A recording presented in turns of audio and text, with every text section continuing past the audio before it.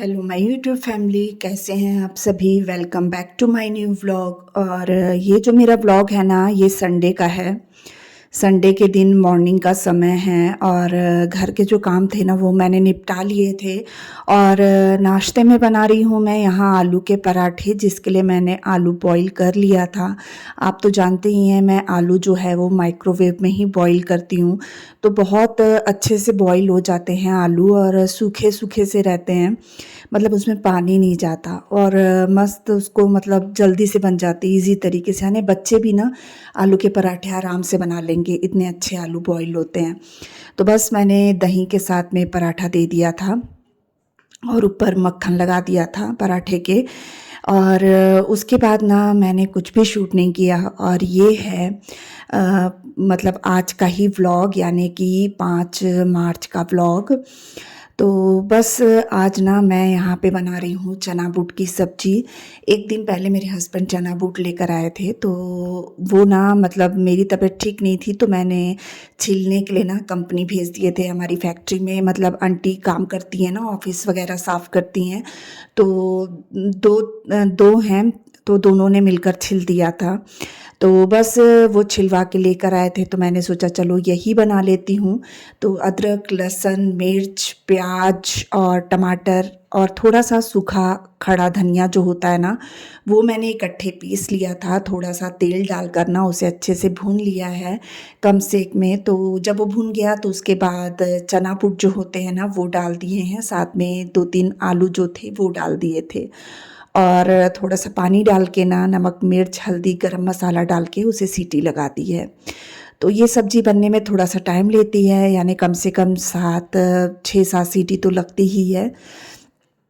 और तब तक मैंने सोचा मैं अपना किचन साफ़ कर लेती हूँ। तो तबीयत जो है ना मेरी संडे से ठीक नहीं है। संडे से क्या कहूँ मैं, आप तो जानते हैं मेरी तबीयत का हाल। तो कई दिनों से थोड़ी थोड़ी ख़राब होते होते ना ये हाल हो गया था। तो बस मैंने कुछ भी इसलिए कुछ भी शूट नहीं किया था, क्योंकि मैं आपको अपना अच्छा हिस्सा ही दिखाना चाहती हूँ लाइफ का। ऐसा हिस्सा आप लोगों के साथ शेयर नहीं करना चाहती जिसमें मैं परेशान हूँ या मैं रो रही हूँ। ऐसा हिस्सा मुझे शेयर नहीं करना, ताकि मैं कभी भी अपनी जो ये चीज़ देखूँ अपनी लाइफ में, कभी भी मैं अपनी यूट्यूब की कोई भी वीडियो उठाकर देखूँ तो मैं उसे देखकर खुश ही हूँ, कभी भी उदास ना हूँ। तो लेकिन 2 दिन हो चुके थे, आज तीसरा दिन था, तो मेरा वीडियो डालना ज़रूरी था। तो इसलिए मैंने ना आज भी हिम्मत करके थोड़ी सी वीडियो बनाई है। तो देखिए बच्चों ने किचन में आज काम किया था, बच्चों ने किचन संभाल रहे थे बच्चे।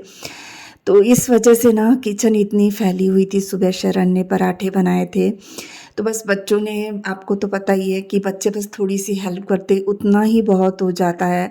संभालने का काम बच्चों से नहीं होता, कि जैसे हम साफ़ सफाई करते हैं ना वैसे बच्चे नहीं कर सकते हैं। तो बस यहाँ पर सामान बहुत ज़्यादा बिखरा पड़ा था और मुझे अपनी किचन ऐसे देख के ना बहुत घबराहट होने लग गई थी। यानी जब मैं उठ के आई ना तो मैंने देखा किचन का इतना बुरा हाल है, इतने बर्तन निकले हैं, जबकि रात में मैंने बर्तन धो के सोई थी मैं, पर सुबह तक फिर भी इतने बर्तन इकट्ठे हो गए थे। तो बस जल्दी जल्दी ही मैंने सारा सामान संभाला है।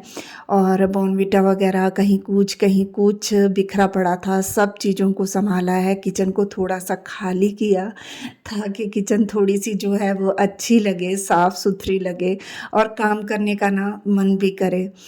तो बस यहाँ पे गैस जो है उसे मैंने रात में तो साफ़ किया था, पर सुबह में बच्चों ने चाय वगैरह बनाई होगी ना, तो चाय थोड़ी सी गिरी थी, तो वही मैं इसमें साफ़ कर रही थी। और सुबह की चाय है वो मेरे हस्बैंड ने बनाई थी, क्योंकि तबीयत अभी कुछ ज़्यादा ही ख़राब चल रही है मेरी। मतलब ऐसा हो रहा है ना कि कहीं भी मन नहीं लग रहा है, ऐसा लग रहा है जैसे मुझे सांस नहीं आ रही है, मेरा दम घुट जाएगा। और मतलब क्या ही बताऊँ मैं आपको, इतनी तकलीफ़ है कि बस रोई जा रही हूँ। ऐसा लग रहा है बहुत फूट फूट के रोऊँ। ऐसा लग रहा है ना जैसे रो के ना, मतलब ऐसा लग रहा है जैसे मैं बहुत ज़्यादा मतलब अंदर से ना टूट चुकी हूँ ऐसा। तो उस वजह से बहुत ज़्यादा परेशान चल रही थी, इसलिए फूट फूट के खूब रोई।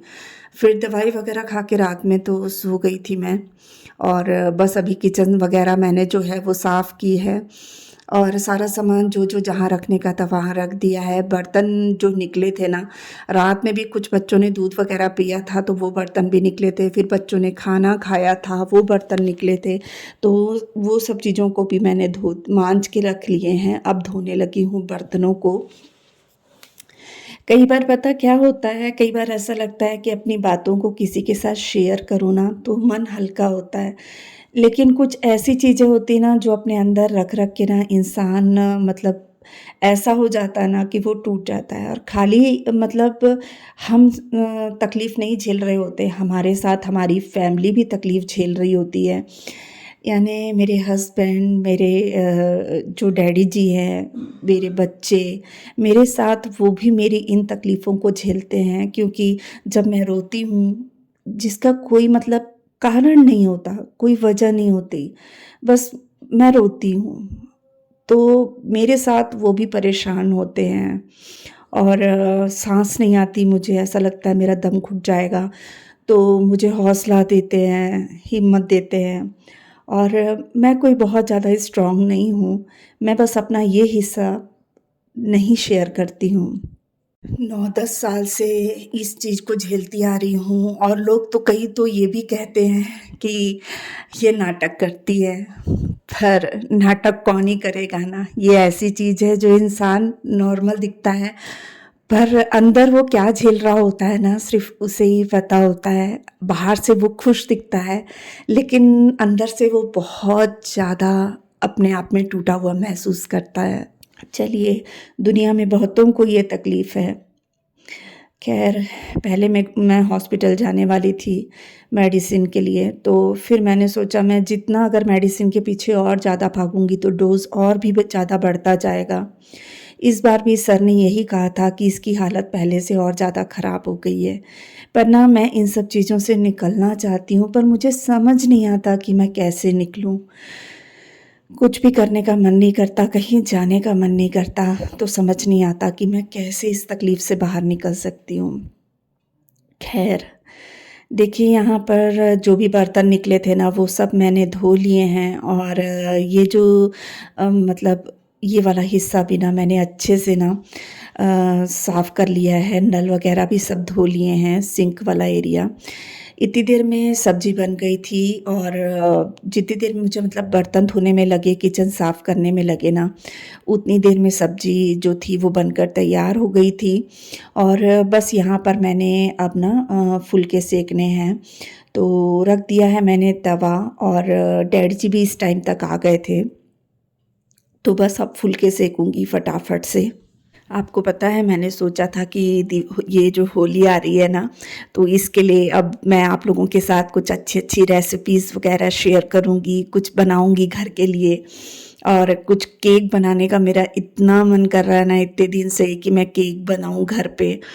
तो सोचा था बनाऊँगी, लेकिन सब धरा का धरा ही रह गया। तो बस कोई नहीं, अब अभी भी हैं दिन, तो अब मैं बनाना शुरू करूँगी और सब चीज़ों की रेसिपी आप लोगों के साथ शेयर करूँगी। मैंने ना कुकीज़ बनानी हैं, और साथ में केक वग़ैरह बनाना है। बच्चों के लिए भी ऐसा होता है ना कि बच्चों की छुट्टी रहती है, तो बच्चों को लगता है कि कुछ घर का बना हुआ थोड़ी-थोड़ी देर में माँगते हैं, मम्मा कुछ है तो दे दो। तो बस अब बनाऊँगी, और आप लोगों के साथ भी शेयर करूँगी उसकी सभी चीज़ों की रेसिपी। तो देखिए यहाँ पर डैडी जी के लिए मैंने फुलके सेक दिए हैं, और साथ ही ना मैं उनके लिए अब खाना भी लगा दूँगी। तो खाने में तो आपको पता ही है, बस मेरा ना अभी खाना तो बस चना बूट की सब्ज़ी थी, दही था, और मैंने ना चावल बनाने थे। तो मैंने सोचा जो डैडी जी तो चावल खाते नहीं हैं, तो पहले उनके लिए रोटियां बना देती हूँ। और मेरे हस्बैंड ने भी चावल नहीं खाने थे, उन्होंने मतलब रोटी उनको तो ये था कि मतलब रोटी बना देना करके।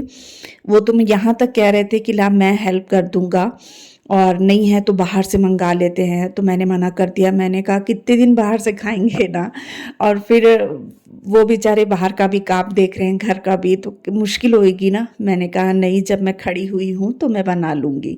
तो बस यहाँ मैंने खाना डाल रही हूँ, एक तरफ रोटी भी बन रही है और एक तरफ खाना भी डाल रही थी। तो बच्चे, रमन जो था वो मेरे पास में ही था, और शरण अपनी पढ़ाई कर रहा है क्योंकि उसके एग्ज़ाम चल रहे हैं। बोर्ड के एग्ज़ाम चल रहे हैं तो वो अपनी पढ़ाई में लगा था। और बस यहाँ पर मैंने डाल दिया है खाना, जिसमें कि दही है, चना बुट की सब्ज़ी है और रोटी है। अभी तो सिंपल सिंपल ही बना रही हूँ, जैसे रात में भी मैंने सिर्फ़ खिचड़ी बनाई थी, दही और खिचड़ी और कुछ नहीं था। और दोपहर में भी ना मैंने सिंपल सी दाल बनाई थी, कुम्हड़े की सब्ज़ी बनाई थी, जो कि सिर्फ़ डैडी जी के लायक बनाई थी, क्योंकि घर में ना और कोई खाता नहीं है कुम्हड़े की सब्ज़ी। जीरा राइस बनाए थे और रोटियां थी। तो बस यही बनाया था। अभी तो सिर्फ़ सिंपल खाना ही घर में बन रहा है, और 1-2 दिन से बाहर से भी आ रहा था। तो कितने दिन बाहर का खाएँगे, बाहर का खाना नहीं खाया जाता, होटलों का खाना। तो देखिए यहाँ पे मैंने किचन पूरा दोबारा से साफ़ कर लिया है, और इसी के साथ आज वाले व्लॉग का यहीं पे एंड करूँगी। मिलेंगे अपन एक और नए व्लॉग के साथ में। तब तक के लिए बाय बाय। अपना बहुत सारा ध्यान रखिएगा।